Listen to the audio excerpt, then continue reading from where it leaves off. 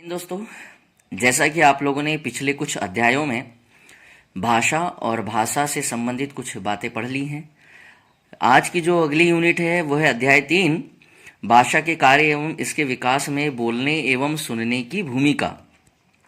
इस टॉपिक को हम बड़ी गहनता से और पूरे विस्तार के साथ पढ़ने वाले हैं। उसके पहले आपको बता दूं, भाषा के 4 कौशल होते हैं। 4 कौशल भी आपको अभी पढ़ाना बाकी है, जिसमें बोलना, सुनना, पढ़ना, लिखना, LSRW, ये इसका सीक्वेंस होता है। तो परिचय कराते हैं। भाषा के विकास में बोलने और सुनने की महत्वपूर्ण भूमिका होती है। ये दोनों कौशल भाषा को सीखने, समझने और उसका उपयोग करने में मदद करते हैं। बोलने से हम अपने विचारों को व्यक्त करते हैं, जबकि सुनने से हम दूसरों की बातों को समझते हैं और उनके आशय को समझने का प्रयास करते हैं। इन दोनों कौशल के विकास से हमारी भाषा दक्षता में सुधार आता है। भाषा दक्षता का मतलब होता है हमारी जो भाषा की प्रवीणता है, हमारी जो भाषा की समझ है, उसमें सुधार आता है।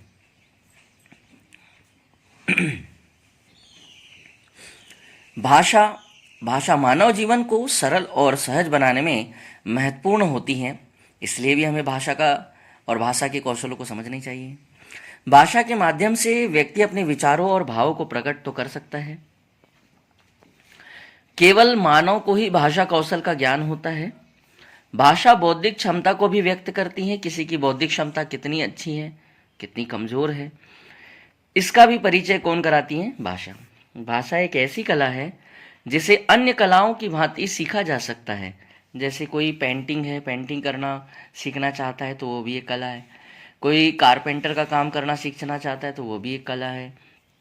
कोई गाना सीखना चाहता है तो वो भी एक कला है। कोई नृत्य सीखना चाहता है तो वो भी एक कला है। वैसे ही भाषा को सीखना भी एक क्या है? कला है, और उसमें निपुणता हासिल की जा सकती है। मतलब हम भाषा को अर्जित गुणों के माध्यम से अर्जित कर सकते हैं। भाषा के माध्यम से मानव जीवन अर्थपूर्ण हुआ है। वैसे तो भाषा पशु पक्षियों की भी होती है, किंतु बोलने का अवसर केवल मानव जीवन में मिला है। तो इसीलिए कहते हैं कि भाषा के माध्यम से मानव जीवन अर्थपूर्ण हुआ है। यहां पर एक शब्द उठा है, ग्रहणशीलता। ग्रहणशीलता का मतलब होता है भाषा को श्रवण एवं वाचन द्वारा ग्रहण किया जा सकता है। ग्रहण मतलब होता है किसी चीज को प्राप्त कर लेना, एडॉप्ट कर लेना, अपने अंदर समाहित कर लेना। तो हम कैसे कैसे कर सकते हैं बोले तो सबसे पहले तो सुनकर और वाचन करके। वाचन मतलब होता है पढ़कर। जैसे मान लीजिए आप लोगों ने स्कूली लाइफ में अपने आप को देखा होगा, कभी कभी कुछ पाठ जोर जोर से बोलने होते हैं, वाचन करना होता है, तो वो हमारी कानों पर भी तो आता है, हमारे दिमाग में भी तो वो बात जा रही होती है, तो उससे भी हम ग्रहण कर सकते हैं। भाषा में दिन प्रतिदिन नए विकास होते रहते हैं और हो भी रहे हैं। जैसे कि आज आप लोग जिस स्तर पर हैं और आपको आज ऐसा लगता है कि मुझे बहुत सारी चीज़ें आती हैं, पर जब फिर कहीं कोई नई चीज़ और नई भाषा मतलब नई विषय वस्तु के साथ आप जुड़ते हैं, फिर कुछ नया सीखने को मिलता है। ऐसे ही भाषा के साथ भी है। अब भाषा में सुनना और बोलना कौशल के बारे में बोला है, तो यहाँ पर 2 कौशल है। श्रवण कौशल, जिसको हम लोग सुनना कह सकते हैं, और दूसरा है वाचन कौशल या बोलना कौशल। तो श्रवण कौशल को पहले पढ़ते हैं, तत्पश्चात वाचन कौशल का अध्ययन करेंगे। तो श्रवण कौशल की भूमिका देख लेते हैं। श्रवण कौशल क्या है? तो अन्य भाषाई कौशल के विकास के आधार होते हैं ये। कौन? श्रवण कौशल। अन्य भाषाई कौशल के विकास का आधार मतलब समझ रहे हो आप लोग?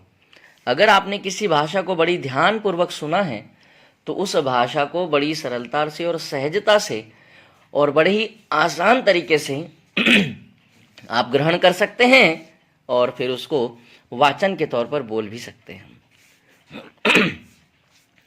श्रवण कौशल का अर्थ है कानों द्वारा सुनना, एवं कौशल का अर्थ होता है निपुणता। तो निपुणता हम लोगों ने पीछे पढ़ी है, ग्रहणशीलता भी पढ़ी है।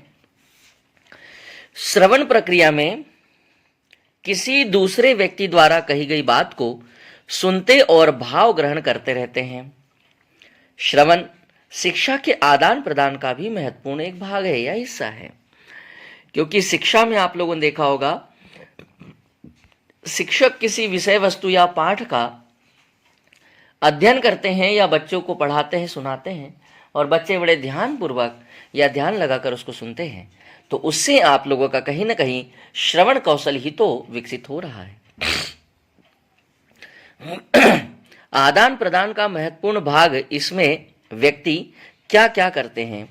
कहानी के माध्यम से आदान प्रदान कर सकते हैं आप श्रवण कौशल।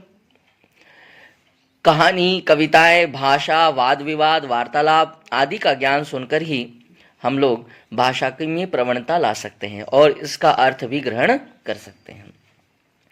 श्रवण कौशल भाषा विकास और संरचना में एक महत्वपूर्ण भूमिका निभाता है। यहाँ कुछ महत्वपूर्ण बिंदु दिए गए हैं जिसमें कि श्रवण कौशल की क्या क्या भूमिकाएं होती हैं हमारे विद्यार्थी जीवन में या विद्यार्थी जीवन के बाद भी। तो भाषा सीखने में मदद करता है। श्रवण कौशल बच्चों को भाषा सीखने में बहुत अच्छे तरीके से मदद करता है। संचार में सुधार करता है, बच्चों के कम्युनिकेशन बोलचाल में सुधार करता है। शब्दावली का विकास होता है। अगर शब्दावली अच्छी है तो आपकी भाषा मृदु हो जाएगी और आपका लिखने का जो तरीका है वो भी अच्छा हो जाएगा, क्योंकि आप आंसर राइटिंग अच्छी कर पाएंगे ना, आपके पास शब्दकोश अच्छा होगा। व्याकरणिक समझ बढ़ जाती है। श्रवण कौशल व्याकरणिक समझ को भी बढ़ा देता है। ध्यान केंद्रित करना। अब श्रवण कौशल से ध्यान केंद्रित कैसे? अगर आपने किसी की बात बड़ी ध्यानपूर्वक सुनी और आपको उसकी बातें बड़ी अच्छी लगी हैं और उस पाठ में भी आपका आनंद आ रहा है, तो आप उस पाठ को पूरा ध्यान केंद्रित करके अध्ययन करने की कोशिश करेंगे। सामाजिक कौशल। श्रवण कौशल सामाजिक कौशल को भी विकसित करने में मदद करता है। अब मान लीजिए आप लोगों ने व्याकरण भी सीख लिया, आपका संचार भी अच्छा है, बोलचाल भी अच्छा है, तो जब आप 10 लोगों के बीच में, 50 लोगों के बीच में होंगे और अपनी कोई बात रख रहे होंगे बड़े अच्छे तरीके से, शब्दकोश अच्छा होगा, आपकी भाषा में क्लिष्टता होगी, आपकी वाणी में मधुरता होगी, तो आपका सामाजिक कौशल भी अच्छा हो जाएगा। भावनात्मक समझ। श्रवण कौशल भावनात्मक समझ को भी बढ़ाता है। अगर आपने किसी वक्तव्य की, प्रवचन या किसी के कथनों को सुना है और आप उसके धारा में बह गए, तो आपके अंदर का एक भावनात्मक विकास भी बड़ी सहजता से होते रहेगा। समस्या का समाधान, आत्मविश्वास बढ़ना और शिक्षा में सफलता प्राप्त करना, ये सारे श्रवण कौशल की भूमिकाएं हैं। श्रवण कौशल को विकसित करने के तरीके क्या क्या हो सकते हैं? अब ये शिक्षक के लिए है, टीचर के लिए है। ये बच्चों को कहानियां सुनाएं, गीत और कविताएं सुनाएं, और कविताएं भी ऐसी हो जो गा कर सुनाएं या उस लय में सुनाएं जिस लय में वो है। सिर्फ वाचन करने से कुछ नहीं होगा। तभी तो, इसलिए तो कहा गया ना कि बच्चों को आप जैसा सुनाएंगे वो वैसा ही कार्य करने की कोशिश करेंगे। वार्तालाप करना, ऑडियो वीडियो सामग्री सुनाना, श्रवण अभ्यास कराना, ध्यान केंद्रित करने में अभ्यास कराना, शब्दावली सिखाना, व्याकरण समझ की विकसित करना या बच्चों के अंदर व्याकरण की समझ विकसित करना, और सामाजिक कौशल विकसित करते रहना और नियमित अभ्यास कराना। नियमित अभ्यास बहुत जरूरी है, बार बार अभ्यास बहुत जरूरी है। यदि एक विशेष सूचना करके यहाँ मैं नोट करके लिख रहा हूँ, यदि व्यक्ति की श्रवण इंद्रियों में कोई दोष है, श्रवण इंद्रियों का मतलब होता है जैसे कान की संरचना में है ना, उसकी बात कर रहा है, तो वह न तो भाषा सीख सकता है और न अपने मनोभाव को व्यक्त कर सकता है। अतः उसका भाषा ज्ञान शून्य के बराबर ही रहता है। फिर उसके दिमाग में जो चीज़ें चल रही होगी वही सुनेगा, वही बोलेगा। तो इसलिए कहते हैं कि हमारी जो श्रवण इंद्रिया है वो अगर अच्छी है तो हम अच्छे से अच्छी चीज़ें सुनेंगे, है ना, और वैसे ही फिर उसको डिलीवर करते हैं, वैसे ही हम लोग उसको संचार के माध्यम में लाते हैं। बालक श्रवण करके, सुनकर ही अनुकरण द्वारा भाषा ज्ञान अर्जित करता है। बालक श्रवण करके या सुनकर ही अनुकरण द्वारा भाषा ज्ञान अर्जित करता है। श्रवण कौशल के माध्यम से शब्दों का सही उच्चारण सीख लेता है बच्चा, शब्द से संबंधित सही अर्थ भी समझने लगता है, फिर शब्दों का सही उच्चारण भी करता है और अपने शब्दकोश में वृद्धि भी करते रहता है। अधिक से अधिक ज्ञान अर्जित कर सकता है, ज्ञान को अपने विवेक अनुसार प्रयोग कर सकता है। इसके परिणाम स्वरूप उसके भाषा संबंधित कौशल में भी विकास आने लगता है। जानकारी प्राप्त करने में सुनने की भूमिका को लेकर कुछ बातें यहाँ पर मैंने लिखी हैं कि जानकारी प्राप्त करने सुनने की भूमिका में हम लोग किन किन साधनों का प्रयोग कर सकते हैं जिससे कि हम अच्छी चीज़ें सुन सकें, या जो भी सुन रहे हैं उसकी बात करें। छात्र, रेडियो, मोबाइल। अब छात्र कैसे, तो अगर 10-11 बच्चे बैठे हैं, 5 बच्चे बैठे हैं, तो आपस में अगर अच्छी बातें करेंगे तो एक दूसरे की श्रवण क्षमताएं भी अच्छी होगी और अच्छा सुनेंगे तो अच्छा समझेंगे भी। टीवी, ऑडियो कैसेट जैसे उपकरणों के माध्यम से सामाजिक व्यवहारिक जानकारी प्राप्त कर सकता है जिससे दूसरों के भावों, विचारों, अभिव्यक्तियों को ग्रहण कर सकते हैं। ध्वनि विभेदीय में सुनना महत्वपूर्ण माध्यम है। अब ध्वनि विभेदीय क्या होता है, अलग करना। ध्वनि व्यक्ति के मस्तिष्क में एक छाप छोड़ती है जिससे उस विशेष शब्द से संबंधित ध्वनि व्यक्ति को स्मरण रह जाती है, जिससे श्रवण के साथ ही वाचन, लेखन एवं पाठन कौशल का विकास भी हो पाता है। बालकों द्वारा शब्दों या वर्णों में अंतर करना विभेदीकरण पर आधारित होता है। मैंने अभी कहा विभेदीकरण का मतलब होता है अलग करना या अंतर करना या भेद प्राप्त करना, कि दोनों में क्या अंतर है। तो ये कैसे करते हैं, शब्द वर्ण के अंतर का करना ही विभेदीकरण का आधार होता है। विभेदीकरण के अंतर्गत क्या क्या आता है, तो विभेदीकरण में आता है व्याकरण, और व्याकरण में पूरी आप लोग समझ ही सकते हैं जिसमें लिंग, वचन, कारक, बहुत सारी चीज़ें होती है, संज्ञा, सर्वनाम, और ये शब्द रचना में भी संज्ञा सर्वनाम के साथ साथ जोड़ लेते हैं। व्याकरण में वर्णमाला आ जाती है, शुद्ध वर्तनी के साथ जोड़ सकते हैं, और पाठ्य पुस्तकीय ज्ञान भी आता है विभेदीकरण में। ध्वनियों के विभेदीकरण में श्रवण कौशल सहायक होता है। अब अगर मान लीजिए सारी ध्वनियाँ अगर एक जैसी ही उसको लगे तो वो अंतर कैसे कर पाएगा, और लिखने में उसको फिर कठिनाई होगी, अर्थ ग्रहण करने में भी कठिनाई होगी। इसी तरह के तो क्वेश्चन यहाँ से बनेंगे। अब इसके मैं लगभग आपको 40-50 क्वेश्चन भी करवाने वाला हूँ इस टॉपिक के, पर उससे पहले अब वाचन कौशल की भूमिका भी समझ लेते हैं कि वाचन कौशल की क्या भूमिका है। बोलने की भूमिका। बोलना, बोलकर व्यक्ति अपने अभिव्यक्ति, मनोभावों को प्रकट करता है, अपने आप को प्रदर्शित करता है कि मैं क्या हूँ और मैं क्या कर रहा हूँ। इस प्रक्रिया में व्यक्ति बोलकर लोगों से संवाद स्थापित करते हैं। संवाद मतलब होता है आपसी बातचीत। संचार की प्रक्रिया भी पूर्ण होती है बोलने से। वाचिक कौशल में निपुणता से छात्र में आत्मविश्वास उत्पन्न होता है, क्योंकि जब वह अच्छा बोलता है तो उसे ऐसा लगता है कि मैंने बहुत अच्छी कुछ बातें कही, जो कि शिक्षण और बच्चों के संपूर्ण विकास के लिए अत्यंत आवश्यक है। बोलना कौशल के विकास हेतु परस्पर वार्तालाप महत्वपूर्ण सिद्ध हो सकता है। परस्पर वार्ता में क्या क्या आता है, जैसे श्रुत लेखन।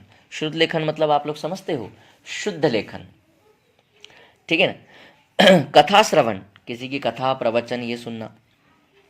वाचन कौशल से यह पता लगाया जाता है या जा सकता है कि शिक्षण प्रक्रिया में कोई त्रुटि तो नहीं है। मूल्यांकन प्रक्रिया में सहायता मिलती है। अध्यापक छात्र की भाषा से संबंधित त्रुटियों का पता लगा सकते हैं। ये भी सारी बातें यहाँ पर देखने को मिलती हैं। शिक्षण के दौरान उन त्रुटियों जो ऊपर में हमने लिखी है को दूर करके छात्र को निपुण बनाया जा सकता है, और ये काम टीचर का होगा। छात्र में आत्मविश्वास वाचन कौशल में निपुणता से प्राप्त होती है। क्या, छात्रों के अंदर आत्मविश्वास, जो आज के समय में बहुत महत्वपूर्ण है बच्चों के अंदर, क्योंकि बच्चे क्या होता है बहुत जल्दी आत्मविश्वास खो देते हैं और अपने आप को नेगेटिव चीज़ों के साथ जोड़ना शुरू कर देते हैं, नकारात्मक चीज़ों की तरफ, या नकारात्मक अपने आप को हतोत्साहित कर लेते हैं, अपने आप को परेशान सा कर लेते हैं। संकोच की भावना को समाप्त करने में भी सहायक होता है। वाचन कौशल में कक्षा में ही सुधार किया जा सकता है। अगर कक्षा में ही वाचन कौशल अच्छा हो जाएगा तो बच्चों के अंदर की जो झिझक है वो धीरे धीरे कम होने लगती है। कक्षा में छात्र संकोच समाप्त करके बोलना आरंभ करता है और भिन्न विषयों पर वाद विवाद करता है, जिससे उसका शिक्षण विकास होता है। भाषा विचार ज्ञान में सहायक होता है। बोलने से छात्र का भाषा प्रवाह में प्रवीणता आती है, निपुणता हासिल करता है, भाषा में उसकी दक्षता और मजबूती भी हो जाती है। वाचन कौशल का इतना महत्व है। भाषा विकास में बोलने की काफी महत्व है। देखो कहा का भाषण में, वाद विवाद प्रतियोगिताओं में, प्रश्नोत्तरी के माध्यम से शिक्षण प्रक्रिया को सुदृढ़ बनाया जाता है। यह बालक को मौखिक अभिव्यक्ति के लिए प्रेरित भी करता है, बोलने के लिए। भाषा प्रयोग से निपुणता ये कैसे आती है? तो ये अभ्यास से आती है, बार बार अभ्यास कराने से आती है। भाषा इसमें विचारों और भावों को प्रतीकात्मक मतलब होता है लिपिबद्ध, मतलब जो हम लोग अक्षर लिखते हैं लेखन के तौर पर बना दिया जाता है, ताकि विचारों और भावों को दूसरे के समक्ष अर्थपूर्ण ढंग से अभिव्यक्त कर सकते हैं। व्याकरण नियमों का ज्ञान, शुद्ध भाषा प्रयोग, ये प्रयोग शब्द लिखा है, प्रयोग का आधार है, अंशतः सही है, पूर्णतः नहीं। ऐसा भी एक क्वेश्चन बनेगा, व्याकरण नियमों का ज्ञान शुद्ध भाषा प्रयोग का आधार है, तो यह अंशतः बात सही है, पूर्णतः सही नहीं है। थोड़े से फेरबदल से भी विश्व की भाषाओं को एक ही लिपि में नहीं लिखा जा सकता है। ये भी बात पूरे विश्व की नहीं लिख सकते, कुछ भाषाओं को लिख सकते हैं। भाषा जीवन की विभिन्न स्थितियों को साधती है, ये विश्व लिखा है भैया, है ना, थोड़ा टाइपिंग एरर हो गई है। भाषा जीवन की विभिन्न स्थितियों को साधती है। भाषा एक औजार है जिसका उपयोग जीवन जगत को प्रस्तुत करने के लिए करते हैं। भाषा और लिपि के बीच में संबंध जरूर होता है ना। भाषा शिक्षण का आदर्श वातावरण शिक्षकों को अभिव्यक्ति के भरपूर अवसर प्रदान करता है। अगर भाषा शिक्षण के एक आदर्श वातावरण आपने बच्चों के लिए प्रस्तुत किया है तो उनकी अभिव्यक्ति पूरी तरह से व्यक्त होती है। भाषा एक तरफ हमारे विचार प्रक्रिया को व्यवस्थित करती है तो दूसरी तरफ यह हमें सुसंस्कृति भी कराती है, और भाषा हमें ज्ञान व कल्पना की अनखोजी दुनिया में भी ले जाती हैं, जहां हम बहुत सारी चीज़ों को खोजने का प्रयास करते हैं और जानने का प्रयास भी करते हैं। भाषा सीखने में शब्दकोश का क्या महत्व है? तो किसी शब्द का अर्थ जानने में महत्वपूर्ण होता है, किसी शब्द की वर्तनी जान लेते हैं, किसी शब्द का समानार्थी, पर्यायवाची, विलोम, अक्षर व शब्द ज्ञान को भी हम जान लेते हैं। हॉरलॉक के अनुसार भाषा में संप्रेषण के वे सभी साधन आते हैं जिसमें विचारों और भावों को प्रतीकात्मक बना दिया जाता है, जिससे व्यक्ति अपने विचारों और भावों को दूसरे के समक्ष अर्थपूर्ण ढंग से अभिव्यक्त कर सकते हैं। बड़ी महत्वपूर्ण ये हॉरलॉक ने परिभाषा दी है। वाणी क्या है? तो वाणी भाषा का एक रूप है जिसमें हम वाणी का प्रयोग करते हैं। जो हम बोल रहे हैं ये वाणी के माध्यम से ही हो रहा है। वाणी अस्थायी होती है और लिखित भाषा की तुलना में काफ़ी तेजी से बदलती रहती हैं। कुछ ध्वनियाँ शब्द उच्चारित किए जाते हैं, उसमें भी वाणी का प्रयोग होता है। अगला देखिए, हॉरलॉक के अनुसार वाणी भाषा का एक स्वरूप है जिससे या जिसमें अर्थ को दूसरे के समक्ष व्यक्त करने के लिए कुछ ध्वनियाँ शब्द उच्चारित की जाती हैं। वाणी और लेखन में मूल अंतर यह है कि लिखित भाषा चेतन स्तर पर देखी जाती है और स्वाभाविक होती हैं, जबकि वाणी जो होती है केवल एक वाचन करने का या एक बोलने का एक तरीका हो सकता है, जो कि बड़ी मधुर भी हो सकती है और क्लिष्ट भी हो सकती है और कर्कश भी हो सकती है। मौखिक अभिव्यक्ति में सर्वमान्य भाषा होनी चाहिए, मधुरता होनी चाहिए, श्रोताओं के अनुकूल होनी चाहिए। मौखिक अभिव्यक्ति में इस बात का विशेष ध्यान रखें कि सर्वमान्य भाषा का अगर प्रयोग करोगे तो लोगों को सुनने में अच्छा लगेगा, वरना अगर आप किसी दूसरी भाषा में बात करें और वहाँ सुनने वालों की संख्या किसी अन्य भाषा की है तो फिर आप पर कोई ध्यान नहीं देगा। अगर उनके मतलब की बात होगी तो वो ध्यान दे सकते हैं। कक्षा में शिक्षक द्वारा भाषाई विकास के लिए क्या क्या प्रयोजन करने चाहिए? तो भाषा प्रयोग जन्य परिवेश का निर्माण करें, एक ऐसा माहौल क्रिएट करें कि बच्चों को बड़ा अच्छा लगे। प्रयोग जन्य परिवेश, विद्यालयी परिवेश, विद्यार्थी की रुचि। अब प्रयोग जन्य परिवेश कौन से होते हैं? तो ये हो सकते हैं विद्यालय का एक माहौल ऐसा क्रिएट कर दे, है ना, विद्यार्थी की रुचि देख ले कि क्या है, अध्यापक की या अध्यापन करने की शिक्षण विधियाँ देख लीजिए, जैसे कक्षा में पाठ विधन, कविता विधि, नाटक विधि, कहानी विधि, निबंध, भाषण, प्रतियोगिता, परस्पर बातचीत कराकर व्याकरण कंठस्थ कराना, ये सब, कहानी पढ़कर अधूरी कहानी को पूरा करके बच्चों के भाषा कौशल में सहायक है ये सारी चीज़ें। ये कल्पना शक्ति को और स्मरण शक्ति और चिंतन को भी बढ़ाते हैं बच्चों के। विद्यालय परिवेश का मतलब है विद्यालय आने से पूर्व बच्चे अपनी भाषा को समझने समझाने की कुशलता से लैस होते हैं, क्योंकि उनके पास अपनी खुद की एक भाषा होती है ना, जो मातृभाषा कहलाती है। परस्पर बातचीत, इससे व्यक्ति एक दूसरे के भाव और विचारों को ग्रहण करते हैं, जिसमें उनकी श्रवण इंद्रिया और वाचन इंद्रिया सक्रिय होने लगती हैं। नाटक शिक्षण की उपयुक्त विधि है। कक्षा अभिनय प्रणाली पर आधारित होती हैं। अब नाटक में परिचर्चा करवा सकते हैं, वाद विवाद कर सकते हैं, सिनेमा आदि करवा सकते हैं। बच्चों की स्वतंत्र व स्वाभाविक मौखिक एवं लिखित प्रतिक्रिया व्यक्त करने में भी मदद करते हैं नाटक गद्य मतलब कहानी पर भी आधारित हो सकते हैं, कविताओं के साथ भी हो सकते हैं। हमारी सांस्कृतिक संवेदना को धार प्रदान करने के साथ साथ हमें जीवन के साहित्य पहलू को समृद्ध करने में भी मदद करते हैं। बच्चों का भाषा विकास बेहतर निर्भर करता है या हो सकता है किन चीज़ों से। अब अगला जो बिंदु है वो बिंदु ये है कि बच्चों का भाषा विकास बेहतर या निर्भर होता है या किस पर हम लोग अच्छा कर सकते हैं। तो सबसे पहले तो संयुक्त परिवार द्वारा, क्योंकि इसके साथ साथ निरंतर अंतःक्रिया होती हैं, क्योंकि बहुत सारे जब घर में ज़्यादा लोग रहेंगे तो ज़्यादा लोगों से बातचीत होगी, और 2 ही लोग हैं, एक ही व्यक्ति हैं, तो कितनी बातें करेगा। या उनके समृद्ध भाषिक परिवेश देकर, अगर मान लीजिए घर में भाषा परिवेश नहीं है तो स्कूल में दीजिए, है ना, तो ऐसा भी कर सकते हैं। भाषा के कार्य एवं महत्व, तो भाषा के कार्य देख लीजिए कौन कौन से हैं। तो भाषा के कार्य में है इच्छा और आवश्यकताओं की संतुष्टि, विचार विनिमय के सरलतम एवं सर्वोत्कृष्ट साधन के रूप में। इच्छा और आवश्यकताओं की संतुष्टि में क्या क्या है, तो भाषा व्यक्ति को अपने आवश्यकता, इच्छा, पीड़ा, मनोदशा, मनोभाव दूसरे के समक्ष व्यक्त करने की क्षमता प्रदान करती हैं, जिससे हम सरलता से किसी के सामने अपनी आवश्यकताओं को रख सकते हैं। विचार विनिमय के सरलतम एवं सर्वोत्कृष्ट साधन के रूप में भी भाषा को हम लोग ला सकते हैं। तो बच्चा जन्म के पश्चात ही अपने परिवार में रहकर भाषा सीखने लगता है। यह भाषा को स्वाभाविक रूप से एवं अनुकरण के द्वारा सीखता है। बालक के विचार विनिमय में यह सहायक सिद्ध होता है।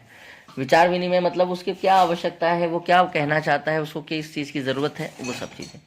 सामाजिक संबंधों के लिए भी भाषा बड़ी कारगर है। भाषा के जरिए अपने विचारों को अभिव्यक्त कर समाज में अपनी भूमिका निर्धारित कर सकते हैं। अंतर्मुखी बालक समाज के से कम अंतःक्रिया करते हैं। अंतर्मुखी मतलब होता है जो अपने अपने में ही खोए रहते हैं, इसलिए उनका पर्याप्त सामाजिक विकास भी नहीं हो पाता है। और जो बहिर्मुखी या बाह्यमुखी बालक कह सकते हैं जिनको, तो वो समाज के साथ अंतःक्रिया बड़े आसानी से कर लेते हैं। ज्ञान प्राप्ति के प्रमुख साधन के रूप में भाषा कारगर है। भाषा के माध्यम से एक पीढ़ी समस्त संचित ज्ञान सामाजिक विकास के रूप में दूसरी पीढ़ी को सौंपते हैं। भाषा के माध्यम से ही हम प्राचीन और नवीन आत्मा और विश्वास को पहचानने की क्षमता आत्मा और विश्वास को पहचानने की क्षमता प्राप्त कर लेते हैं। आत्मा नहीं है, वो आत्मा है बेटा, है ना, आत्मविश्वास की बात करें। सामाजिक मूल्यों के लिए भाषा के कार्य क्या है, तो बालक समाज के लोगों के साथ किस तरह बात करता है, कैसे बोलता है, कैसे प्रश्न करता है, कैसे विचार रखता है, उसको कहा गया है। व्यक्तित्व के निर्माण में सहायक है। तो व्यक्ति अपने आंतरिक भावों को, अंदर जो उसके मन में चल रहा होगा उसकी बात करें, आंतरिक भावों को भाषा के माध्यम से अभिव्यक्त करता है तथा इसे अभिव्यक्तियों के साथ उसके अंदर छिपी अनंत शक्ति अभिव्यक्त होती है, जिससे उसके व्यक्तित्व का पता चलता है कि उसके अंदर क्या चल रहा है। भाषा का महत्व कहाँ का है, तो पहचान का स्रोत बढ़ाने में, संचार का माध्यम बढ़ाने में, सामाजिक एकता का स्रोत के रूप में और संस्कृति का प्रतिबिंब भी है भाषा। ठीक है, याद रखिएगा ये चारों पांचों बिंदु जो लिखे हैं मैंने यहाँ पर। ज्ञान के स्रोत के रूप में, आर्थिक विकास में सहायता करता है और राजनीतिक और सामाजिक गतिविधियों में भी भूमिका निभाता है। कौन? भाषा की। अब है भाषा विकास को प्रभावित करने वाले कारक कौन कौन से हो सकते हैं। तो देखो मैंने अभी थोड़ी देर आंतरिक और बाह्य बताया था। तो आंतरिक कारक में देख लीजिए, आनुवांशिकी, बच्चे की आनुवांशिक प्रवृत्ति भाषा विकास को प्रभावित कर सकती हैं। मस्तिष्क की क्षमता, बुद्धिमत्ता और रुचि और प्रेरणा, अगर बच्चों के अंदर ये सब चीज़ें नहीं हैं और इनकी किसी प्रकार से कोई कमी है, तो भाषा विकास को प्रभावित कर सकती हैं। आनुवांशिकता मतलब कोई ऐसी रोग या ऐसा कोई बीमारी या ऐसा कोई कारण जिसकी वजह से वो जो पीढ़ी दर पीढ़ी चला आ रहा हो, या कोई विकार जो आनुवांशिक मिल गया हो बच्चों को, वो भी हो सकता है। बाह्य कारक तो पारिवारिक प्रभाव कैसा है उसके आसपास, सामाजिक पर्यावरण कैसा है उसका, शिक्षा और प्रशिक्षण कैसा हो रहा है उसका, और संस्कृति या संस्कृति प्रभाव कैसा मिल रहा है उस पर, और आर्थिक और सामाजिक स्थिति क्या है उसकी। ये होते हैं बाह्य कारक जो उसके भाषा विकास को अवरुद्ध कर सकते हैं। भाषा विशिष्ट कारक क्या क्या होते हैं? भाषा के विशिष्ट कारक, भाषा की जटिलता, मतलब अगर भाषा बहुत कठिन है तो वो भी बच्चे के सीखने और सिखाने में कमज़ोर कर देगी। भाषा की संरचना कैसी है, हम भाषा का प्रयोग कैसे कर रहे हैं, ये भाषा के विशिष्ट कारक होते हैं जो भाषा विकास में बाधक भी हो सकते हैं और महत्वपूर्ण तरीके से साधक भी हो सकते हैं। विकासात्मक कारक, विकासात्मक कारक मतलब बच्चे की आयु क्या है, आप किस बच्चे की आयु को क्या पढ़ा रहे हो, किस प्रकार की भाषा सुना रहे हो, ये भी बहुत ज़रूरी है। उसका शारीरिक विकास कैसा है, उसका मानसिक विकास कैसा है, उसकी भावनात्मक विकास की क्या बात है। तो ये सब कारक होते हैं जो बच्चे के भाषा विकास के लिए महत्वपूर्ण हैं। तो ये था पूरा यूनिट नंबर 3, भाषा विकास में बोलना और सुनने की भूमिका को लेकर महत्वपूर्ण बातें। तो कैसा लगा आप लोगों को वीडियो, एक बार ज़रूर कमेंट करें और ज़्यादा से ज़्यादा लोगों तक पहुंचाएं, वीडियो को शेयर करें, लाइक करें। तो फिर मिलेंगे इस वीडियो या इस विषय वस्तु के प्रश्नोत्तरी को लेकर मिलते हैं। और इसके बाद हम लोग जो भाषा के कौशल बचे हैं, देखिए लगभग मैंने आपको 4 यूनिट पढ़ा चुका हूँ। यूनिट 1 हो चुकी है, 2 हो गई, 3 हो गई, 4 हो चुकी है, 5, 6, 7, 8 3 यूनिट और रह गई है। तो बाकी यूनिट हम लोग 3 से 4 यूनिट रह गई, तो अगर ये 1-2 दिनों में मैं करा दूंगा। चलिए, तो आज के लिए इतना ही। इतिश्री, जय हिंद, जय भारत।